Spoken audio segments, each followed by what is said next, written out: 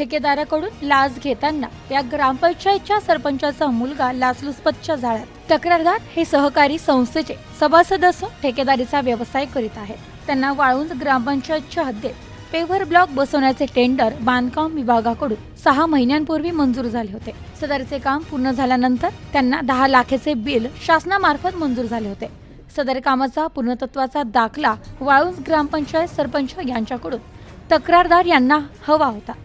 तो दाखला देण्याच्या मोबदल्यात सरपंच यांचा मुलगा मकरंद हिंगे यांनी सरपंचांची सही घेऊन देण्याकरिता सरपंच यांच्यासाठी तक्रारदार यांच्याकडे 1 लाख रुपयाची लाचेची मागणी केली.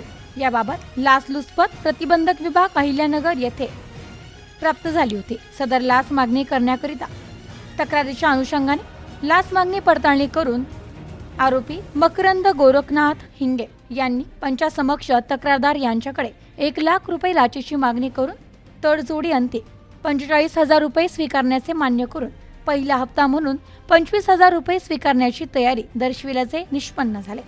दिनांक 2/4/2025 रोजी अहिल्यानगर शहरातील बुरुडगाव रोड अहिंसा चौक येथे आयोजित सापळा कारवाई दरम्यान आरोपी मकरंद हिंगे यांनी तक्रारदार यांच्याकडून 25,000 रुपयाची लाच स्वीकारली असता त्यांना रंगेहात पकडण्यात आले. त्यांच्या विरुद्ध कोतवाली पोलीस ठाणे जिल्हा अहिल्यानगर येथे गुन्हा दाखल करण्याची प्रक्रिया सुरू आहे.